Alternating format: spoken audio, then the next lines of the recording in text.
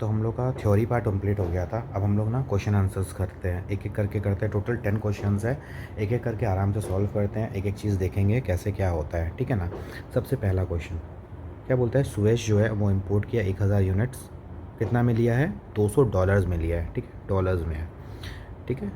And incurred the following expenditures, कितना है, insurance लिया है, ठीक है। और उसके बाद रेट ऑफ एक्सचेंज दिया हुआ है, रेट ऑफ एक्सचेंज कब दिया है, बिल ऑफ एंट्री का दिया हुआ है, और एक एंट्री इनवर्ट दिया रहा है, ठीक है। कब है बिल ऑफ एंट्री कब फाइल किया, 7/1 को, और रेट ऑफ एक्सचेंज कब का दिया है, 2/1 को, ठीक है। हम लोग क्या पढ़े थे, हम लोग पढ़े थे, अगर तुम लोग ऊपर जाएगा ना, ऊपर जाएगा, रेट ऑफ एक्सचेंज के बारे में हम लोग क्या पढ़े थे। रेट ऑफ एक्सचेंज कब का लेंगे, रेट ऑफ एक्सचेंज हमेशा कब लेंगे, जब हम लोग का बिल ऑफ एंट्री जिस दिन फाइल होता है, जिस दिन हम लोग का बिल ऑफ एंट्री फाइल होता है, ठीक है। तो हम लोग का रेट ऑफ एक्सचेंज कब होगा, किस दिन हम लोग बिल ऑफ एंट्री फाइल किए हैं, 7/1 को। तो हम लोग का रेट ऑफ एक्सचेंज क्या रहेगा, एक्सचेंज हम लोग लेंगे 50 रुपीज़ का, फाइन, ओके।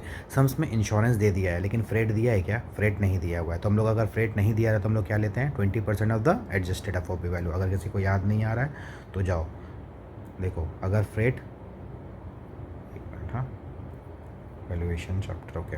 अगर फ्रेट नहीं दिया हुआ है तो क्या लेते हैं, 20% ऑफ द एफओपी वैल्यू। अगर अमाउंट इज़ अनअसर्टेन्ड, अगर नहीं दिया हुआ है फ्रेट, फ्रेट का वैल्यू नहीं दिया तो हम लोग कितना लेते हैं, 20% ऑफ द एफओपी वैल्यू। तो हो गया, बस इजी एकदम। सम्स कैसे सॉल्व करेंगे हम लोग, सिंपल सा है। फॉर्मेट विल रिमेन सेम, जैसा हम लोग फॉर्मेट रखते हैं, पर्टिकुलर्स, रुपीज़, रुपीज़, क्या होगा सबसे पहले, F O B value, F O B value हम लोग का कितना हो जाएगा अच्छा, F O B value exam में पूरा लिखना, हाँ, free on board, free on board value, ठीक है। यहाँ पे डिटेल्स हम लोग लिखते हैं, डिटेल्स में हम लोग लिख देंगे 1000 यूनिट्स इंटू $2000, $200, कितना हो जाएगा ये हम लोग का, हो जाएगा $200, फाइन, ये हो गया। हम लोग का क्या एक्सचेंज रेट कितना है, एक्सचेंज रेट कब का पकड़ेंगे हम लोग, 50 रुपीज़ पकड़ेंगे एट द रेट ऑफ ₹50, ठीक है। कितना हो जाएगा, रुपीज़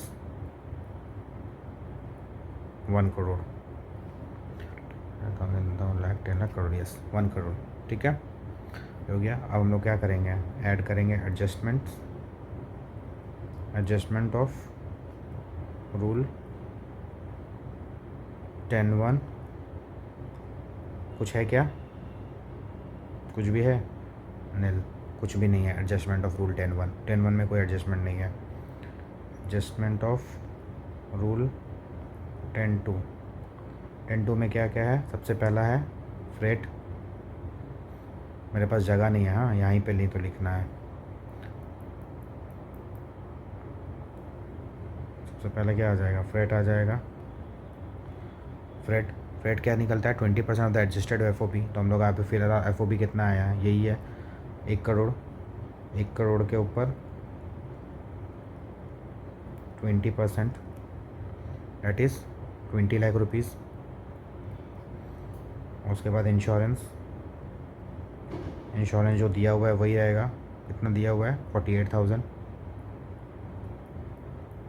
कितना हो जाएगा, 20,48,000, ठीक है। तो हम लोग का एसेसेबल वैल्यू, हम लोग को क्या निकालने बोल रहा है, हम लोग को निकालने बोल रहा है assessable value, determine the assessable value. तो एसेसेबल वैल्यू कितना हो जाएगा, 1,20,48,000, ठीक है, 1,20,48,000, आराम से कर लो, चलो हो गया होगा। अब हम लोग सेकंड क्वेश्चन पे चलते हैं।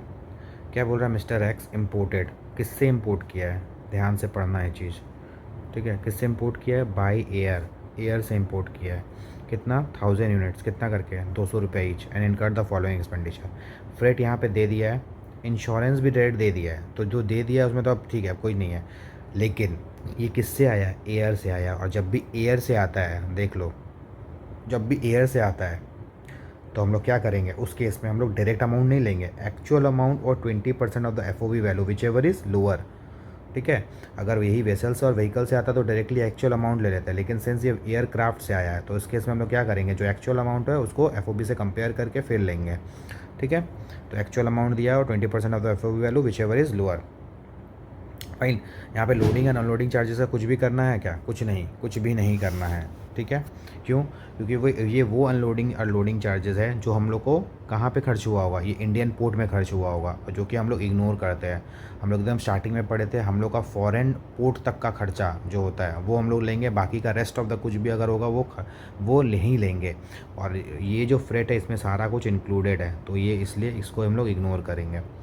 जहाँ तक ये यूएसए है, मान के चलो ये यूएसए है और ये इंडिया है, ठीक है। तो इंडिया का पोर्ट तक, ये इंडिया का पोर्ट है, सिर्फ यहाँ से यहाँ तक का खर्चा ही हम लोग लेंगे। अब इंडिया पोर्ट से लेके फैक्ट्री पहुँचाने का जो भी खर्चा होगा, फैक्ट्री पहुँचाने तक का जो भी खर्चा होगा, वो हम लोग को क्या करना होगा, वो इग्नोर करना होगा, ठीक है। इसलिए इस केस में क्या हुआ है, जो हम लोग का लोडिंग एंड अनलोडिंग चार्जेस है वो हम लोग को क्या करना है, इग्नोर करना है। फाइन।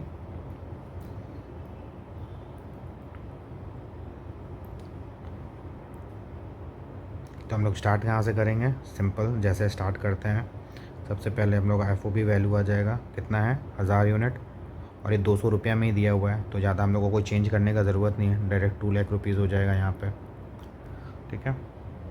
एक्सचेंज रेट का ज़रूरत नहीं है क्योंकि ऑलरेडी इंडियन रुपीज़ में दिया हुआ है। अब इसमें ऐड क्या करेंगे, एडजस्टमेंट ऑफ रूल 10(1). कोई एडजस्टमेंट है क्या, नील, कोई भी एडजस्टमेंट नहीं है।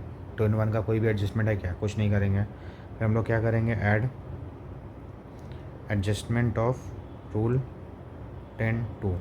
रूल 10(2) का क्या एडजस्टमेंट होगा, सबसे पहला फ्रेट, फ्रेट का ही तो एडजस्टमेंट है ना, क्या हो जाएगा 20% of FOB value, that is 2 lakh rupees, और रुपीज़ 42,000। क्या लेते हैं हम लोग इस केस में, क्या लेते हैं, which ever is lower, lower लेते हैं ना, दोनों का लोअर ले लेंगे। तो 2 लाख का 20% कितना होगा, 40,000 और 40,000, विच एवर इज़ 40,000 और 42,000, विच एवर इज़ लोअर, क्या हो जाएगा 40,000 ले लेंगे हम लोग, 40,000।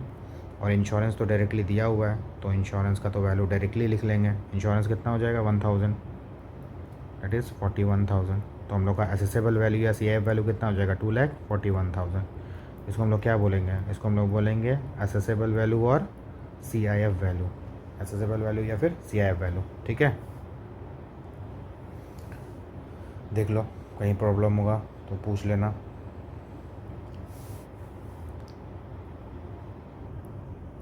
Let's start with question number 3 से करना है हम लोग को।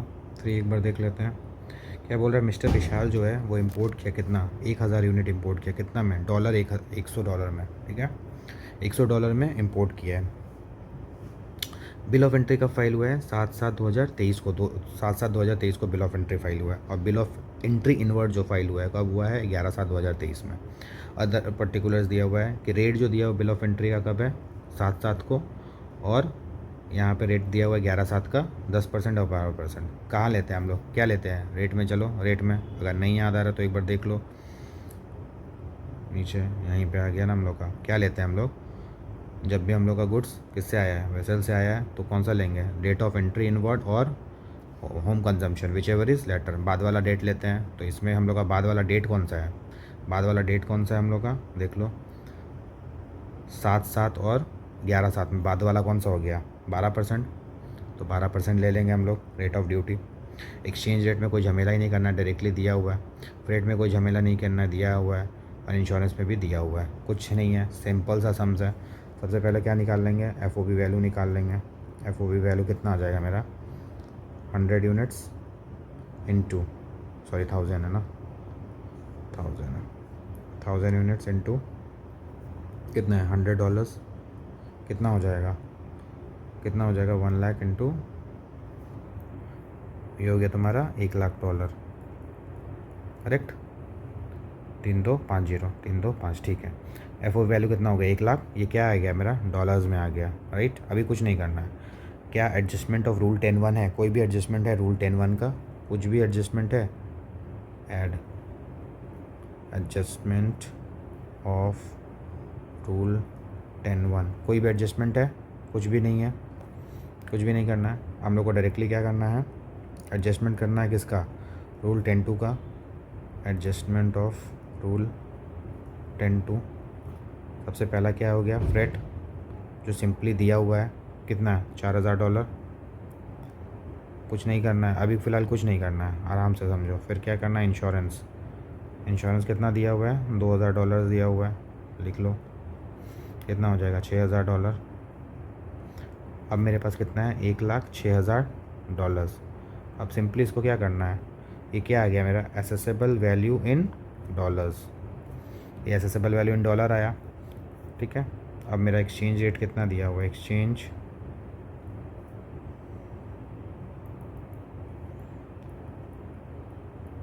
Exchange rate at the rate of कितना है, 50 रुपीज़। तो 1,06,000 को 50 से इंटू कर दो, कितना हो जाता है, 53 लैक्स।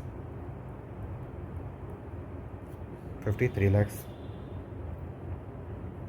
हमको पूछ क्या रहा है, क्या निकालना है बोल रहा है, हमको बोल रहा है you are required to determine assessable value and duty payable.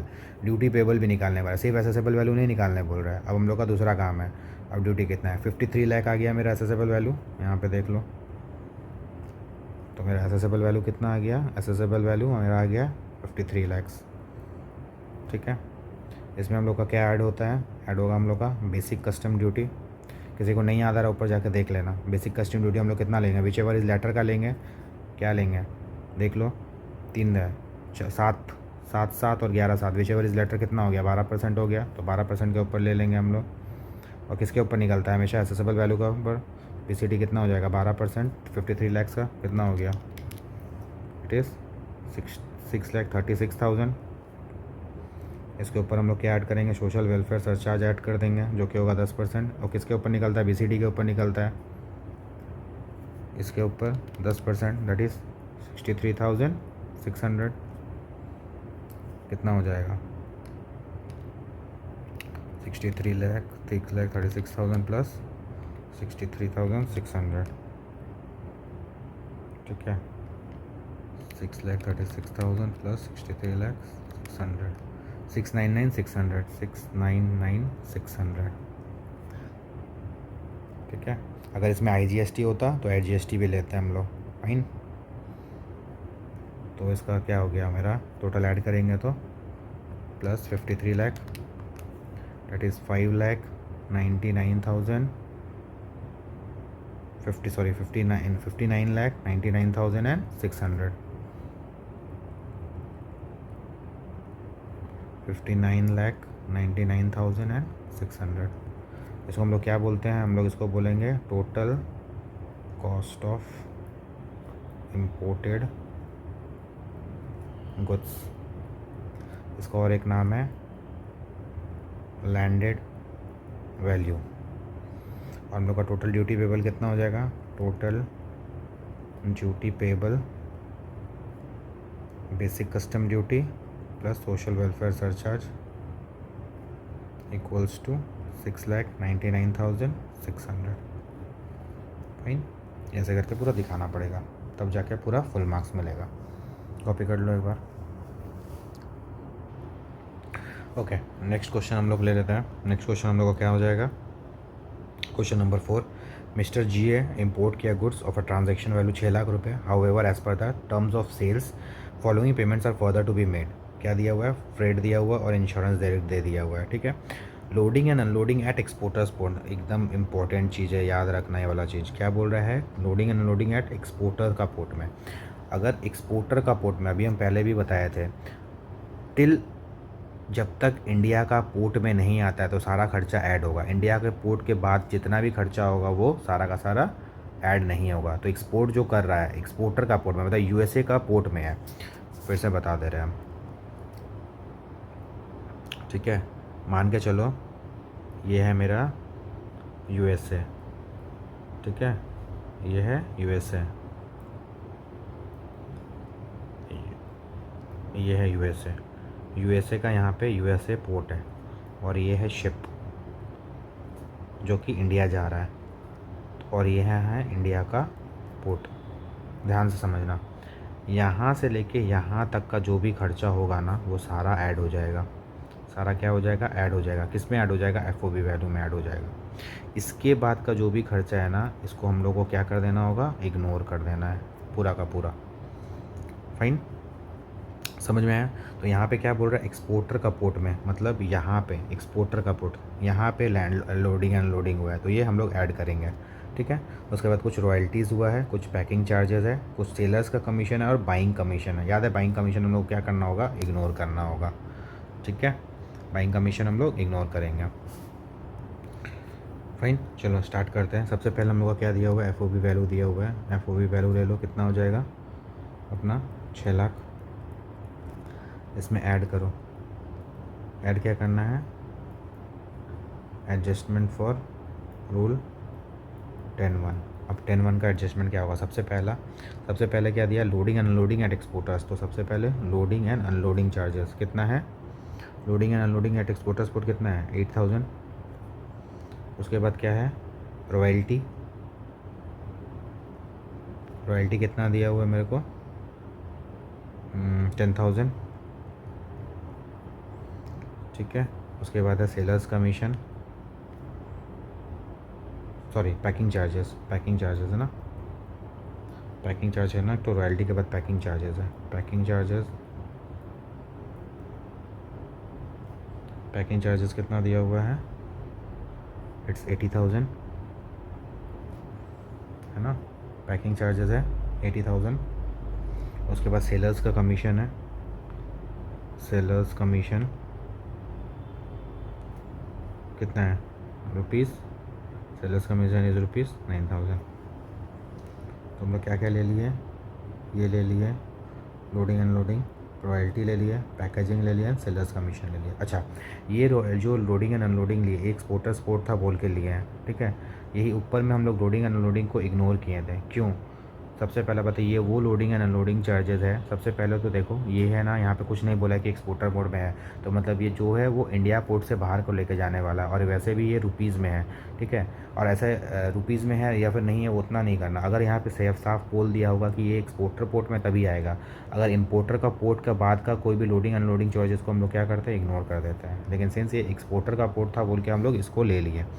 Fine, तो 10(1) का कितना हो जाएगा, ये टोटल हो जाएगा 80, 10, 90 और 16 यहाँ पे 1,07,000। फाइन, अब इसमें ऐड करना है हम लोग को क्या, एडजस्टमेंट फॉर रूल 10(2). 10(2) का एडजस्टमेंट करना है। सबसे पहला क्या करेंगे, सबसे पहले जगह नहीं है, 1 मिनट, हाँ, सबसे पहले क्या करेंगे, फ्रेट,